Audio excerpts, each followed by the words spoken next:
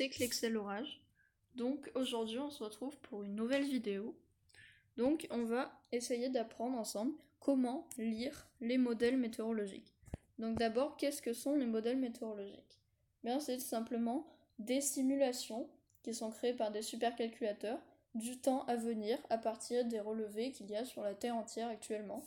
Et donc ils vont prévoir l'évolution du temps.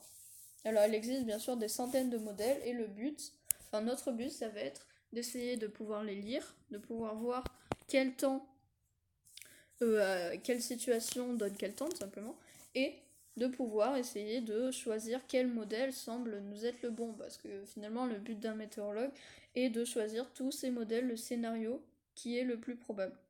Donc, voilà.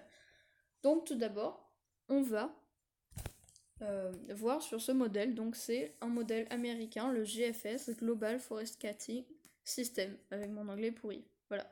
Bon, c'est un modèle, et donc nous allons essayer de voir, et bien tout simplement, comment le lire. Donc déjà, nous avons plusieurs cartes, là qu'on voit là-haut, en liste. On va prendre la pression et géopotentiel à 500 hectopascales. Donc le géopotentiel, ça va nous servir à avoir une modélisation 3D de toute la colonne d'atmosphère. Alors, il n'y a pas vraiment pour prévoir, à savoir à quoi ça correspond, à se dire, bon, 526 décamètres, ça correspond à 5260 mètres, etc. Non, pas forcément. Ça, bon, il n'y a pas forcément besoin. Mais en attendant, ça va nous permettre de voir en un claquement en une vision sur les modèles un peu le flux qu'il y a actuellement sur l'Europe et sur la carte qu'on veut. Donc voilà.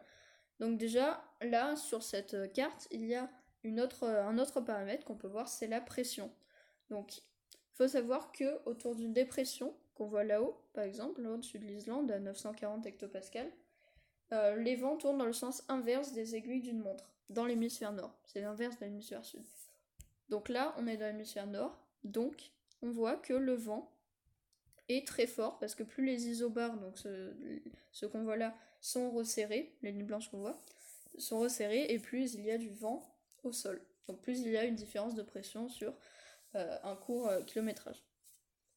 Donc nous voyons qu'autour de cette dépression, le vent vient de l'ouest au sud, puis ensuite tourne au sud-ouest, au nord de la Norvège, donc là il va être plutôt doux vu qu'il va emmener la douceur de l'océan sur les régions polaires.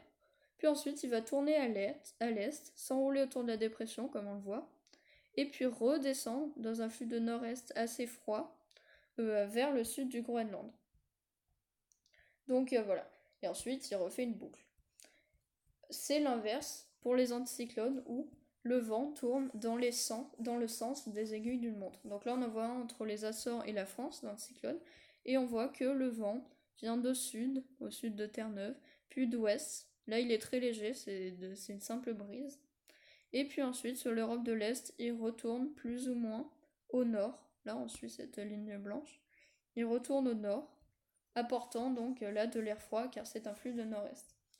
Donc il faut savoir que, également pour lire rapidement, ça fait une sorte d'effet de balancier, c'est-à-dire que quand une dorsale, c'est-à-dire ce qu'on voit ici sur les Açores, donc un anticyclone qui monte vers les régions polaires, eh bien ça va nous faire descendre une bulle d'air froid juste après la dorsale, donc là par exemple sur la France. Ça va nous la faire descendre. Alors, elle n'est pas forcément froide en l'occurrence, mais ça va nous faire descendre une anomalie. Donc ces anomalies, c'est ce qu'il faut surveiller. Là, on voit une anomalie de faible géopotentiel en bleu sur le sud-ouest de l'Angleterre, couplée à une dépression. Ça veut dire que il pourrait avoir un faible coup de vent sur l'ouest du pays, selon ce modèle, jeudi soir, apportant donc son lot de pluie.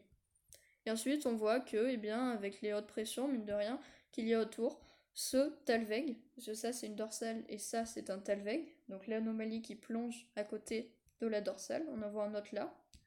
Sachant qu'à côté d'un Talweg, forcément, comme ça fait effet de balancier quand ça s'enfonce, eh bien, forcément, à l'est, il y en aura un autre qui s'élève, un autre Talweg qui descend, et ainsi de suite. Enfin, on voit bien quand on regarde à l'échelle de l'hémisphère nord, je sais pas si j'explique bien, mais on a par exemple un tel vague qui descend, un anticyclone qui monte, une dorsale, un autre qui descend, une dorsale, un tel vague, une dorsale, un tel vague, une dorsale, et ainsi de suite. Donc voilà. On voit d'ailleurs que les dépressions tournent d'ouest en est en hémisphère nord. Bon là c'est pas ce qui nous intéresse en l'occurrence. Donc ce qu'il va falloir faire c'est faire attention aux moindres anomalies. Donc là déjà on voit ce tel vague pour vendredi matin en France. On voit l'anticyclone à l'ouest et la dépression qui s'est comblée maintenant sur le Danemark associée à cette anomalie. Donc ce tel vague va tout simplement à l'ouest, on voit grâce aux isobars, provoquer un vent de nord-ouest assez frais, et sur l'est du pays, là ça remonte, un vent de sud-ouest assez doux, apportant peut-être un peu de pluie. Donc c'est ça qu'on va surveiller. Et ensuite, comme on voit, là, ça s'isole, le tel vague vient s'isoler en bas, une petite anomalie qui transite entre le sud de l'Allemagne et le Maghreb, si on voit l'animation. Donc ces petites anomalies, c'est ça, il va falloir être extrêmement prudent là-dessus, car l'été, ces anomalies, c'est typiquement la chose qui donnera une dégradation orageuse sur les montagnes. Parce qu'en été, avec les sols surchauffés, il suffit d'une petite anomalie d'air froid en altitude pour que tout ça éclate. Bon, là, on est plutôt en hiver. On sait lire déjà une carte de géopotentiel et de pression. Voilà. Donc maintenant, il y a d'autres paramètres. Comme par exemple, eh bien, tout simplement le jet stream. Donc le jet stream, c'est le vent qui souffle, en l'occurrence à 300 hectopascales, donc c'est très haut, hein, simplement, vers les 10 000 mètres d'altitude. Et c'est un vent extrêmement violent. Donc vous voyez l'échelle en bas en km/h, ça atteint souvent les 300 km/h, qui va nous permettre de prévoir principalement les tempêtes et le type de flux. Par exemple, là, on voit que le jet stream, qui était de base assez orienté sud-ouest-nord-est, se casse peu à peu et part tout simplement n'importe comment, parfois de sud, parfois de nord. Donc là, on voit que c'est une situation molle, sans tempête ni rien. Mais, par exemple, si on a ce jet stream très fort qui s'oriente d'ouest en est sur la France, et bien là, ça pourra donner un rail dépressionnaire sur la France avec des tempêtes. Bon, là, le jet stream, il va aussi nous servir dans la prévision d'orage. Donc pour ça, il faut voir si on est en entrée gauche ou en sortie droite du jet. Donc là, par exemple, le jet stream commence son renforcement au niveau de l'ouest, du nord-ouest du Portugal. Donc à l'est de cette sorte de ligne jaune, ça sera l'anticyclone, et à l'ouest, les dépressions. Donc au début, à l'est, donc ici, ce sera l'entrée droite, et là-bas, la sortie gauche, et donc là, la sortie droite et l'entrée gauche. Donc ce qui est favorable pour les orages, c'est surtout l'entrée gauche et la sortie droite, parce que simplement ça va booster la convection grâce à des anomalies. Donc ces anomalies, c'est ce qu'on va voir. On va faire le 1,5 PVU. Donc là déjà, on a une carte bien plus précise qui va nous donner les moindres anomalies. Donc là où pour le Talveg de vendredi, on avait vraiment quelque chose d'extrêmement large sur la carte des géopotentiels, là on a vraiment quelque chose de très fin, avec les moindres petites anomalies bleues et rouges qu'on voit. Donc c'est principalement à l'avant des anomalies, donc là sur l'est du pays, si on était dans une situation instable et dynamique, ce qui n'est pas le cas, c'est là, à l'avant de ces anomalies, qu'on pourrait avoir des orages. Bon là ça n'est pas le cas, mais si on était en été par exemple, ça aurait été le cas, sans doute. Donc pour la prévision orageuse, on a aussi la θE. Donc la θE, c'est une sorte d'équation entre la température et l'humidité qui va nous permettre de voir plus ou moins l'instabilité de l'air et la provenance de l'air sur sur toute sa grandeur, tout simplement. Donc, plus la θe est élevée, plus l'air sera d'origine tropicale, et donc plus l'air sera chaud et humide, et donc plus il pourra avoir de chances d'orage. Seulement, il faut que, comme c'est ici par exemple en pleine Atlantique, comme c'est le cas, il faut que cette θe très élevée soit couplée avec une anomalie froide de θe qui arrive et qui vient le rabattre. Donc là, si on met l'animation, on voit bien qu'elle se fait rabattre par l'anomalie, ici, là. Voilà. Donc, parce qu'en fait, cette anomalie froide à l'arrière va faire, avec le système de balancier qu'on a vu, va faire s'élever énormément de chaleur et d'humidité. Donc cette humidité et cette instabilité surtout, on va pouvoir la voir avec la cape et la lie. Donc ça paraît compliqué, mais ça permet simplement de voir l'instabilité. Donc là, dans la zone où on a vu, on voit qu'il y a une cape environ autour de 500 à 600 joules par kilogramme. Donc c'est plutôt faible, mais déjà pas mal pour la saison et normal dans cette partie-là. Donc là, on voit bien qu'en Europe, c'est totalement stable. Ensuite, les nombres que l'on voit avec les lignes, c'est le lit. Donc le lit, il faut qu'il soit négatif, donc en dessous de 0, pour pouvoir faire que l'air soit suffisamment instable pour provoquer un orage. Donc si on récapitule, il faut une cape le plus élevée possible, qu'on voit sur l'échelle là, un lit, un lit simplement en dessous de 0, donc là, comme sur la frange qu'on a vue, avec -2, associé à une anomalie d'altitude, donc qu'on a sur les géopotentiels, ici, l'air chaud au sud et l'air froid au nord, et de la θe élevée qu'on a ici. Et là, typiquement, dans cette zone-là, ça peut nous faire un beau cocktail d'orage qui va circuler du sud-ouest au nord-est. Donc voilà, là c'était plutôt axé sur la prévision orageuse pour le moment, mais cette carte, tout simplement, ça va nous permettre de voir les évolutions à plus long terme. Donc là, on voit que c'est totalement l'ennui en ce moment.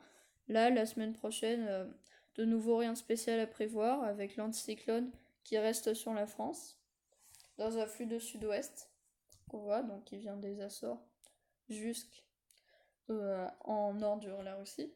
Donc un flux très doux qui nous vient de l'océan. Donc là, rien à attendre, surtout avec une telle haute pression. Donc on n'est pas prêt de sortir de l'ennui pour l'instant. Aussi, une autre chose qui est intéressante, c'est les ensembles. Donc les ensembles, c'est l'ensemble des scénarios possibles pour l'évolution du temps. Donc là, l'ensemble du modèle GFS qu'on a vu, c'est l'ensemble GEFS que nous pouvons voir. Donc d'abord, on va voir les différents scénarios. Donc si ça veut bien charger, on voit que il y a différentes perturbations, donc différents scénarios.